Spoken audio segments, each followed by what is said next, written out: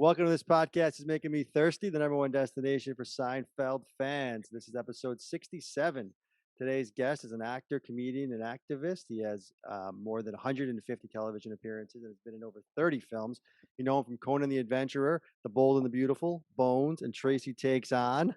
And of course, he played Mickey Abbott from season 5 through season 9 in 7 episodes of Seinfeld. Please welcome Danny Woodburn. Danny, thanks for joining. Thank you. Thank you. Thanks, guys. Great to be here. Yeah, thanks for joining, Danny. We're Philadelphia. gonna go back, going back to Conan the Adventurer. That's a big Yes. stretch. 1998. Were you alive? Yeah, I guess you were. Yeah. What were you, 12? 20. 20. 20. Oh, all right. So speaking of going back, Danny, let's take us back to February 94. Well, actually, take us a little further back. So in the 90s, right? I heard you were selling cowboy boots. You you were doing a lot of fun stuff while trying to get gigs in acting. I know your first gig was with Hunter, if I recall, right? Yes, yes. That was very exciting for me because I got to ride in the travel van with Brian Judd. You remember that character actor, Brian Judd? Time to Die. You know what I'm talking about? Yeah. Yes. Blade Runner and many other things. Yeah, before he passed away. But that was my first brush with celebrity, I guess you could say. So it was very exciting to ride in the travel van. And the director of that episode, as well as the wardrobe person, brother and sister, Gus Trichonis and his sister, were in West Side Story together. They were dancers. Hmm. So, just so bombarded with all this great Hollywood nostalgia, all in one. So I thought that was pretty awesome. You've seen it all. So you skip a couple years ahead, and I would say probably 1993, you get the call from Seinfeld. So tell us a little bit about how that came about. Did I you got the audition call. for I got the audition? call. I did. I auditioned 3 times actually. First with the casting director's assistant, Brian Myers, then with Mark Hirschfeld and Meg Lieberman, the main casting folks, Right. and then into the big room with Jerry and Larry. Oh, nice. And it was in this old house looking building on the CBS Radford lot, and it was an outer hallway, and then the inner office, and then the conference room where I auditioned. So I went in, I did the audition, and then they go, "Can you wait just inside the inner office?" And I was like, "Ooh, inner office, not outer office, inner office." So I knew right away something good was about to happen. Nice. And then so that was the stand-in, right? Your first episode was the stand-in. Right. Right. And I went right from that audition to the table read, the first table read. And we had this moment, Michael Richards and I, where we're reading at the table, and we get to that moment of volatility where Mickey's supposed to go at it with Michael, and we both just jump up, basically go at each other across the table. So we knew we had something good.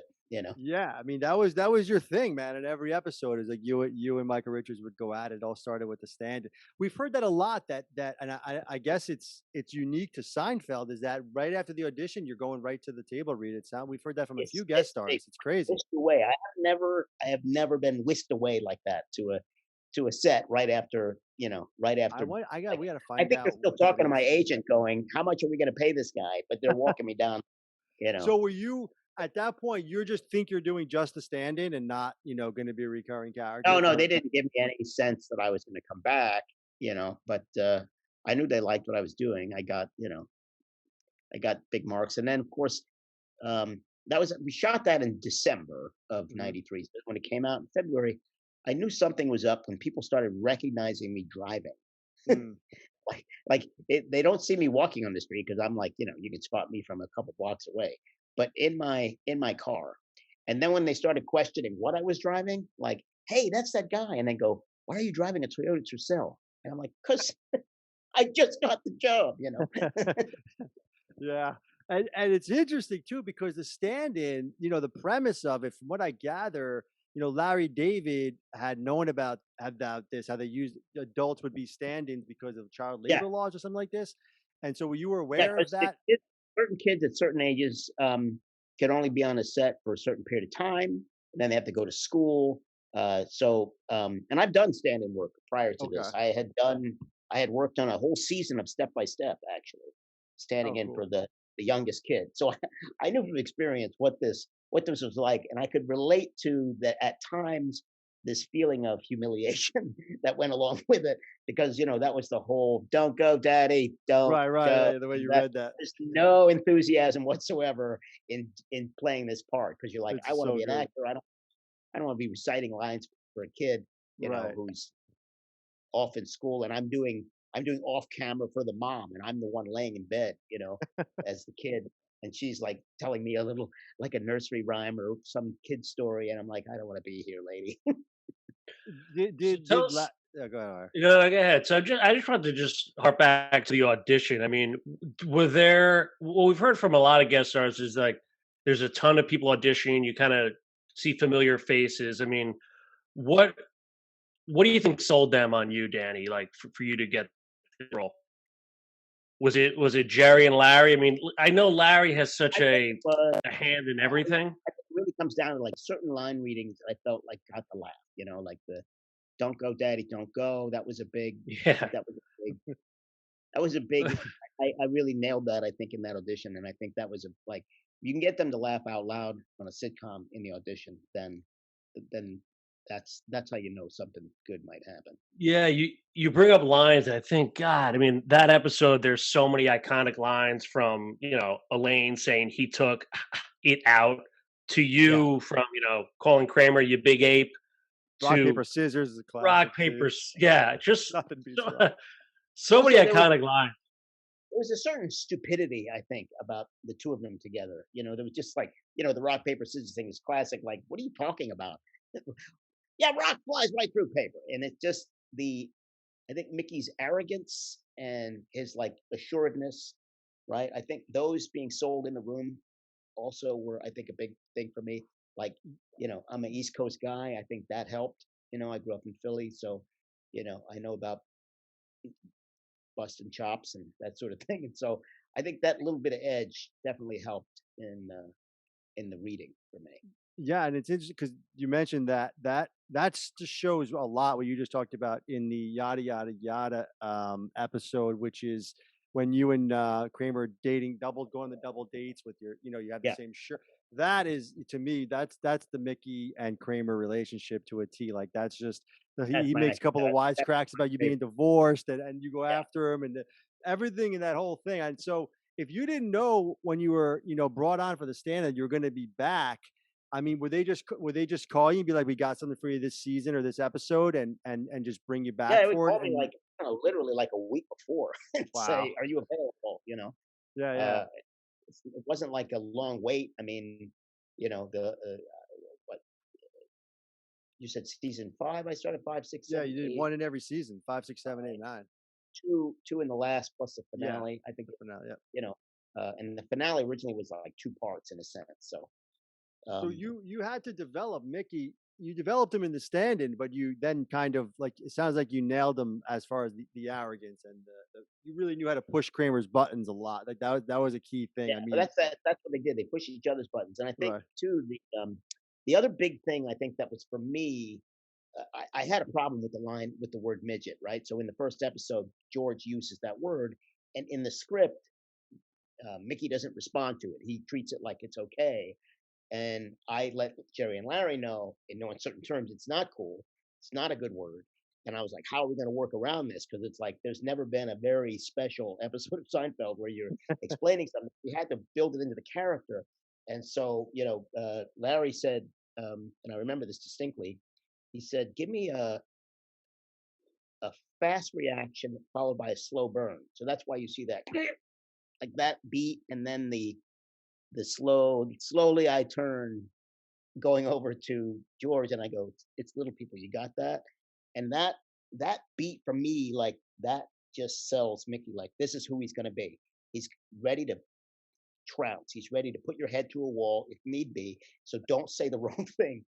And I felt like, and then Michael improvises the line, "Easy, Mickey, easy," and I was Oh, like, interesting. that catapulted like who this guy's gonna be from now on, because those lines were never there, right? So when he goes, "Easy, Mickey, easy," I was like, oh, that's who this guy is now. He's ready Yeah. to fight at the drop of a hat, you know. Always, you were always short fuse, and that was it. You just snap. Yep, That's a great yep, But story. but to your point, Dan, yeah, I think you nail it. You're an East Coast guy, and kind of that's how I don't know. We feel like East Coast friendships are like that, right? Like ball busting, like. But in the end of the day, you got each other's back, like. And I think the chemistry between you and Michael is just tremendous. I mean, we've heard from a ton of guest stars. The preparation he puts in far yeah, exceeded anyone else on the show. I'm assuming yeah. you Well, saw that too. he made it a point with me in my first episode and the episodes that followed. He said, the way it works is you rehearse for 4 days, you shoot on the fifth day for the show like this, and you know this was my first sitcom, but I had watched other, having been on sitcom sets, I'd watched the way this works. And people come in, they do their scene to rehearse, and then they go back to their room or they go hang out, whatever. But Michael was always like, let's work on this, let's work on this, let's work on this. So we were always together working on stuff, even when it wasn't time for us to be on set. And that's something I never experienced with any other actor. And that I owe that to Michael and his dedication to all the physicality, everything. Because we had a lot of trouble sort of working out the fight, right? Because I was Right. like, I didn't want the little man to come off like an animal in that sense. I wanted him to play off as equals. And so we started off doing stuff where I'm like on his back and he's spinning around and we're like knocking over flats. And I'm like, yeah, this isn't going to work. It doesn't feel right. And also, there's a danger element that might Right. come into Right. play here. He's a big guy. I'm not a big guy. So, is there, I was like, is there a way we can just sort of go at it, but, as if we have equal strength, equal power? And so that's when you see that first beat where Michael grabs Mickey or Kramer grabs Mickey and he's got me and I've got him and we're, you know, rocking back and forth and shaking one another. Literally, it's me just holding on to Michael and him throwing me this way and that and throwing Okay. himself this way and that. But that mano y mano thing, I think, was really integral to the development of their friendship because it was like they're equals in that sense, right? They're just two guys that every now and then they throw the punches, right? So that was just so much more funnier to me. That classic sort of Mutt and Jeff appeal of these two guys who are on equal footing all the way across.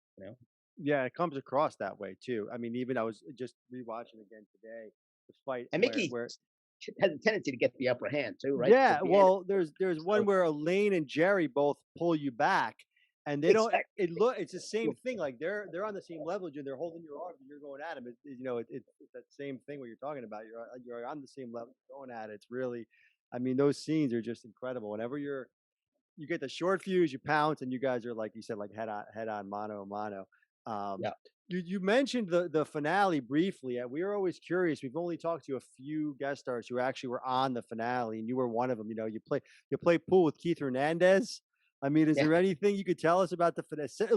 From an outside, the finale looked like it was like the most fun you could possibly have. It was just like a big old party with like Well, all like everyone everything was coming kind of, back. it was definitely a party seeing all these faces, and Right. that was so much fun. But everything was a surprise, really, because like you say, we're going to do this today, we're going to do that today, because we really didn't have scripts. Oh, right. But I think one of my favorite beats is, and I don't even know if it ends up in the edit, but uh, Banya walks up to Mickey, and he's like, "You're in my seat." I'm like, or the other way around, something like, "You're in my seat," and it's this Banya all of a sudden like doesn't know what to do. It's like I kind of know this guy, and I don't want to be near him, so I've got to make a choice. It's like one of my favorite beats because it's like two guys that should never meet. Mickey and Banya. Right. So, and I'm just going back to Larry David and how he introduced you to Mickey. I mean, it's so interesting. Mickey just appears in season 5, but it feels like he was there forever, right? Kind of just like Kramer's Yeah, neighborhood friend, right? like it's sort of like how they all talked about all those characters, right? There's always references to characters, and then they either do or don't make an appearance, right? There's um, Pachyderm, right? We never see this guy ever, right? Right. We The never see story, them. We the hear about pizza them. We story. hear about them all the time, and it's like it's a big deal. And then there's another guy you hear about, and then eventually he shows up. I think. Right, Bob Sacamano. Yeah, Kramer has a long list of friends, but like you were the I don't know. I feel like you were his best friend. So you have a real unique perspective, right? You mentioned it. You were in season 5, 6, 7, 8, 9, like boom, right when the show was really starting to or took off ratings wise. Um, but we have a lot of conversation with guests. Obviously, Larry David left after season 7. Was that noticeable to you? I mean, how involved was he in the kind of day to day episodes? And Oh obviously, yeah, I mean, he was a showrunner, so like you know, the first episode or two, Tom Chironis was the director, and Tom definitely called the shots, but Larry called the shots in terms of like coming up and giving notes and all of that. So Larry was very much involved in every step of the process from my perspective. Um, and then what? Then in the shows that followed, might have been from the Yada Yada on. yeah, Yeah, yeah, he was. exactly. Yada yada and the burning. He wasn't Peter there. Melman. Peter Melman took that role basically as a showrunner, Oh, interesting. Yeah, um, we had him on. Um, and for the episodes that I was involved in, and then of course Larry came back for the finale, right. um, which funnily enough, it's like a classic Larry David beat. I was auditioning at the Castle Rock building in Beverly Hills. This was before the finale was even heard about, right? And I I had I had nothing to eat. And I did this audition, and I was hungry, and I went down to the commissary, and I just happened to be in there like grabbing a sandwich or whatever. And Larry walks in, and he was sort of startled to see me. And he's like, "What are you doing here?" And I told him, and he goes, "Oh, you know what?" He goes, "I'm writing the finale." And I go, "Oh yeah." And he goes, "Yeah, and you're in it." I said, "Okay." I thought, I thought, I don't know if I was in it until he saw me and like the guilt came across him and he was like, I saw him now. It's like in my mind, it's like this classic Larry David beat where he's like, shit, I saw him. I have to put him in the That's show. great. I'm convinced that that's what happened. Yeah, Wow, that that's is great. funny. So out of the 5 episodes, the stand in the race, the wait out, yada yada, and the burning, what's your favorite?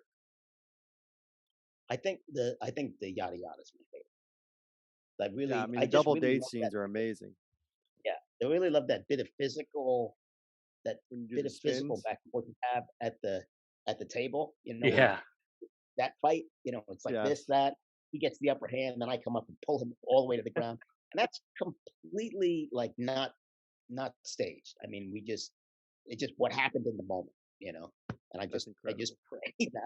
pray that I don't get hurt. That's incredible. Yeah, But Michael that's was notorious for like working all week, being physical with me, and then on show night, I look over at him. He's putting on pads, and I'm like, "What are you doing?" And he's like, "I go, I don't have pads, Mike. I don't have any pads." He looks at me and goes, "Don't worry about it, Danny." And I was like, "Oh, okay." you. it's so funny. Those Sorry.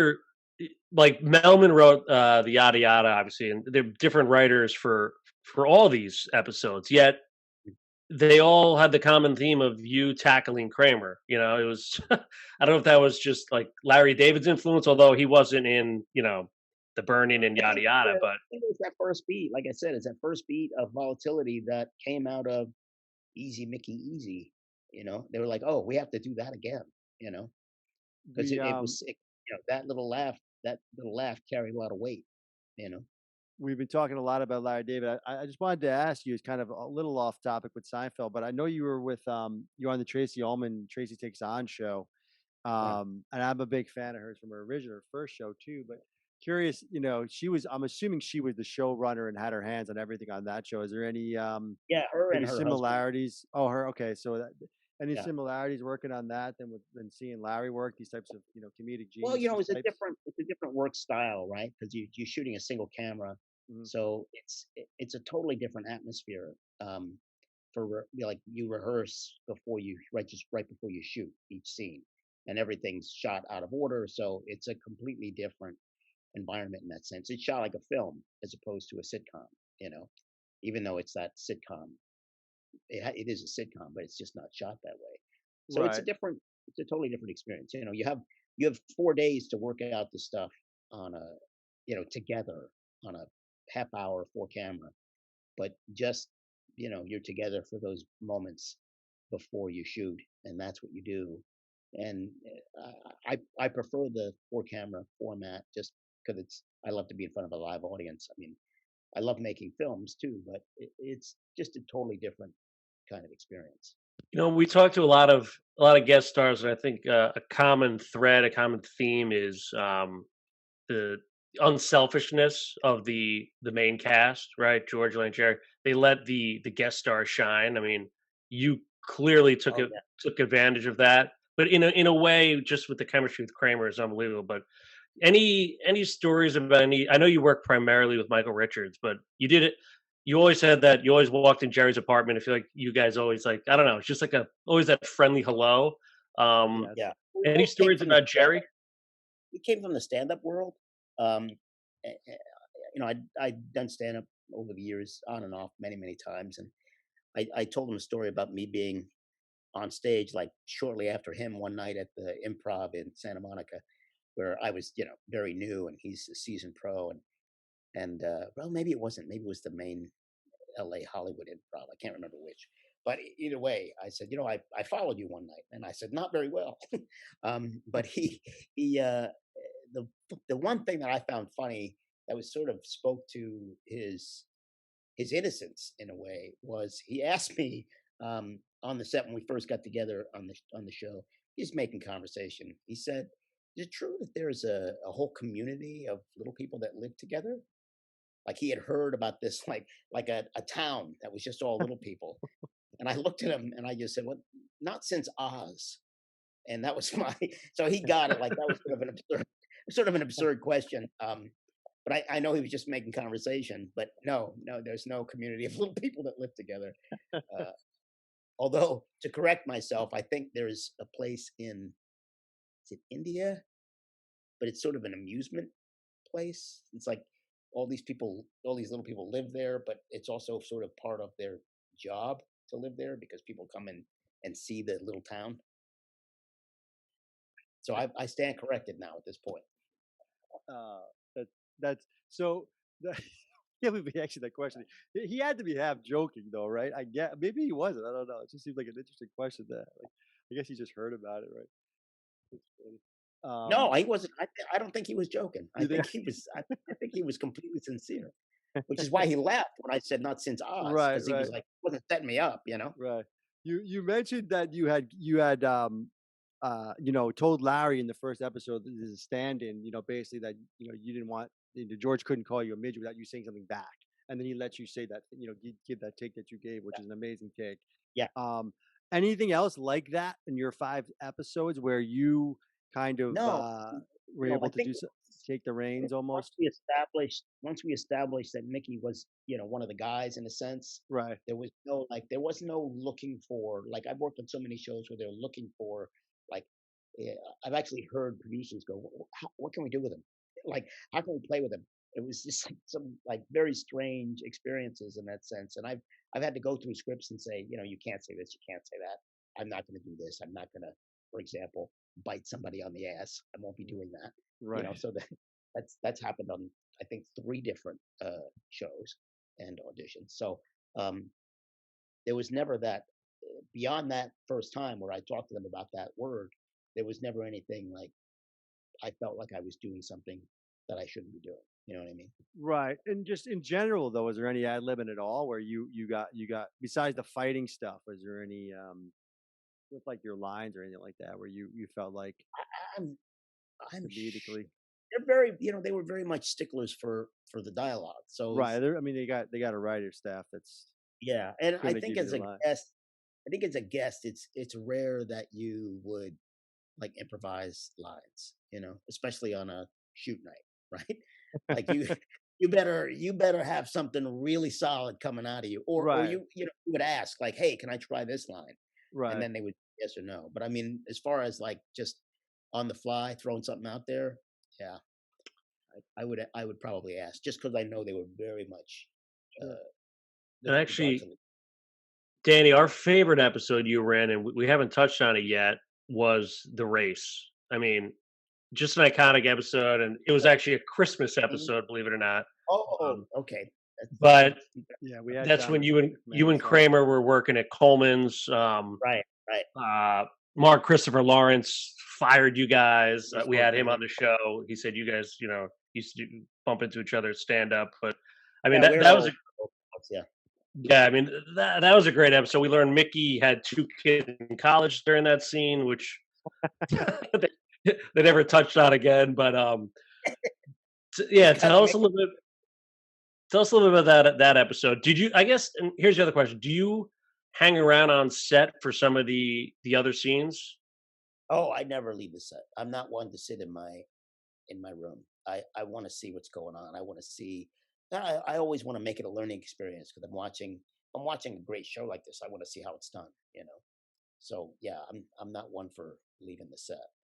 So yeah, to that point, what were some of the things you learned and you took with you to other acting roles throughout your career that you got from Jerry Michael or even some of the directors?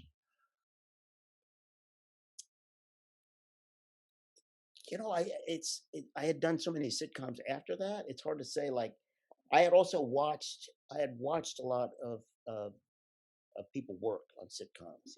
Like spending that season watching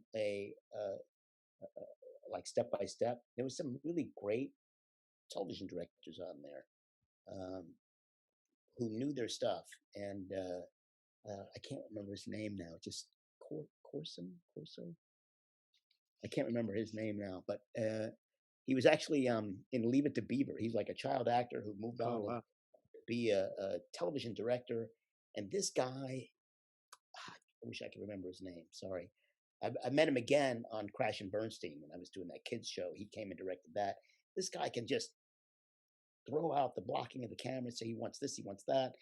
Like it's just all mapped out in his head. It's like a improvisational dance. So it would be great to get to this point as a director of anything, to reach that level of confidence and knowledge where it's just rote. Like I know what to do here, what to do there. You're going to come in from here, you're going to come in from there. Um, I learned that you can you can build a scene, right? Depending on how you come in, where you go, what your whole like experience is going to be in that scene. You can help build it, and that's that. I felt like that was a good learning thing for me. Like understanding the blocking and like what it means in the scene, how it's presented uh, for the audience, right? I mean, I Yeah. had already come from several years working on stage, so I had a lot of that knowledge. But it's just the television camera is a different experience altogether. I'll tell you this. I asked what you learned, but what I can tell you is we learned a lot from you. I know it was 27, 28 years ago, but you stood up for yourself. You went to Larry and you kind of nipped it in the bud with Yeah, and how you wanted to be addressed. And I know that's been a pivotal that was a pivotal point in your career. And I know you've done a lot of it for disability rights. I'm just curious. Give us a little bit of, like how's the fight still going? Like, are you? I know it's a never ending battle for you, but how much has changed in the last 27 years? I think there's a good solid period of like 20 years where there wasn't much of any change, but now Mm. with getting into like the um, uh, the movement at the Oscars So White campaign a couple of years ago, right? 2016, 17. Um, that was something that addressed marginalized communities that were left out of the picture. But in addressing those communities, it was people with disability were never included, and that to me was like a pivotal moment in saying, okay, is enough. Enough is enough. You can't call out inclusion and diversity without including Yeah, people with disability in that right. in that thing. So I came from a long career of advocating for myself on the set, trying to make changes and not be objectified as a person in a role, to make my characters multidimensional, whether or not I I play a gnome, or last year I played a pig, or I play a father, or I play somebody who's the head of the State Department. Any of these, a husband, uh, an abusive neighbor, all of these different roles that I've gotten to play over the years.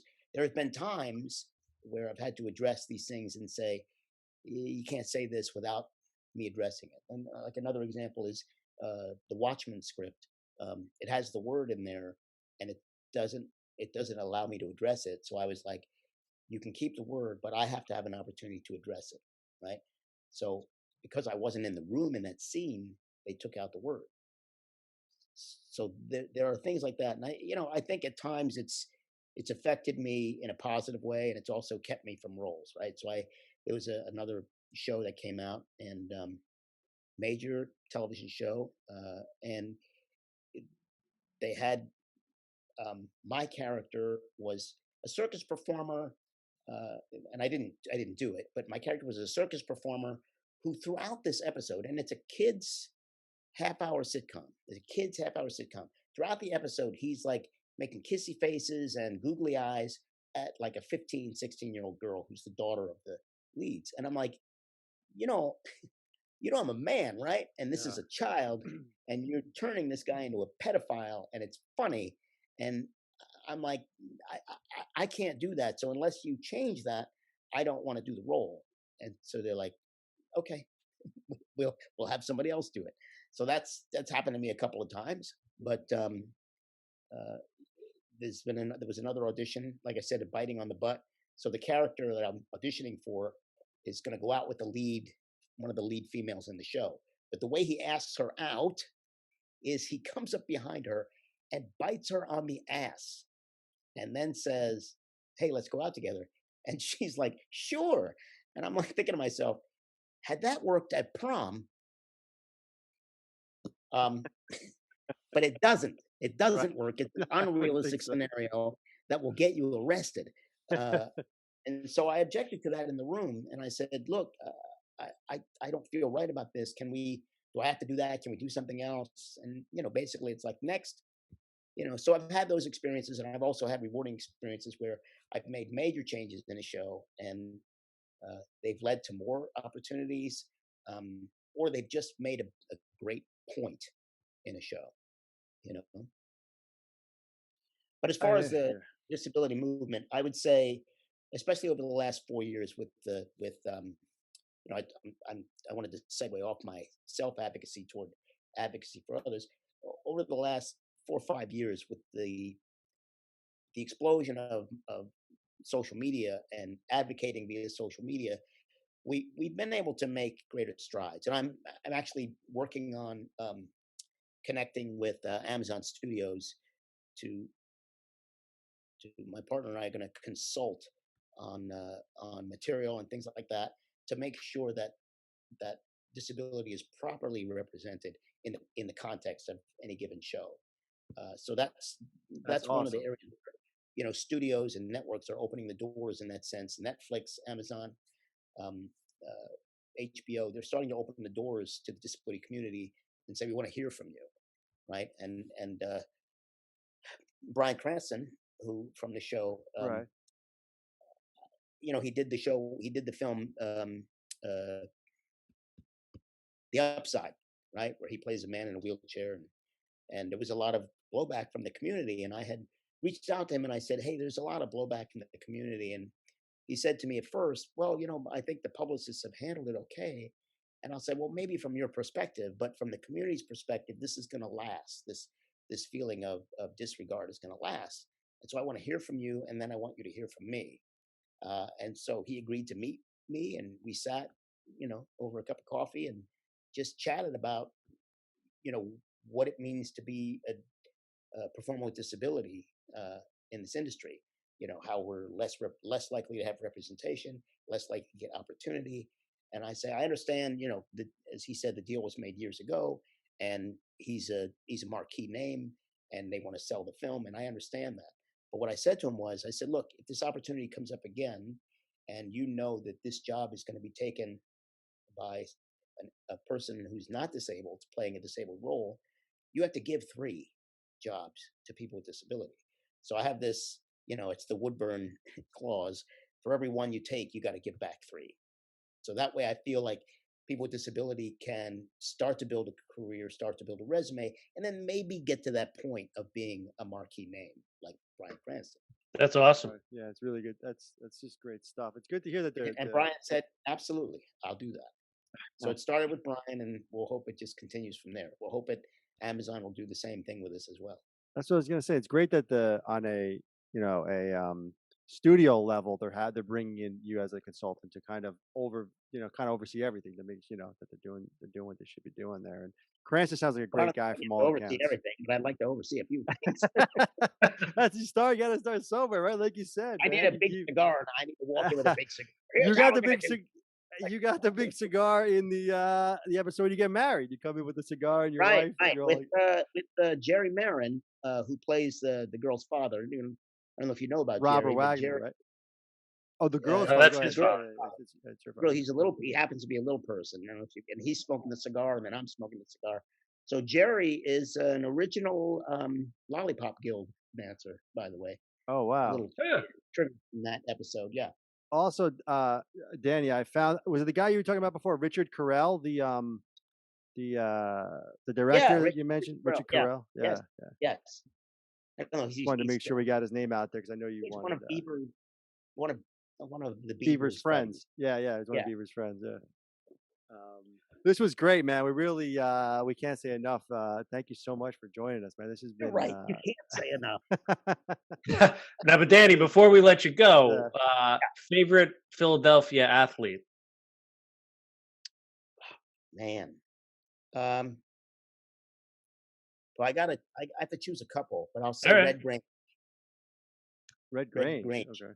The Galloping Ghost, because that's my alma mater is the Ghosts. I think he's from Philly. I was a big Donovan McNabb fan. So really, all right. Okay, I thought maybe Mike Schmidt was where you're going to go, but oh God, Mike Schmidt. I used to go to all those games. I used to go to see Schmitty, Greg Lazinski, Larry Boa, Steve Carlton. I used to see all those games when I was a kid, and then I went to all the hockey games with, Bernie Perrant, Bobby Clark, Billy Barba. Those are good teams. I just remember all those, But I never went to football games as a kid, so I'm a big football fan now. But I saw all baseball and hockey when I was a kid.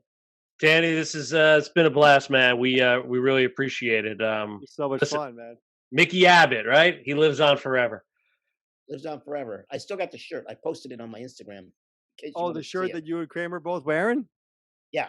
They gave it to me, and I've kept it all these years. I'm assuming that spin you guys came up together with. It wasn't. That's something you guys just said. That's right. That's like an improvisational moment right there, where she said turn, and we both do it at the same time. Yeah, and you turn back the other way. It's an incredible. That's where you can really explore in the physical. And that's what you guys did the best, man. You and Michael Richards is one of the best teams in the history of sitcoms. I think I owe that a lot to the Three Stooges and the Marx Brothers.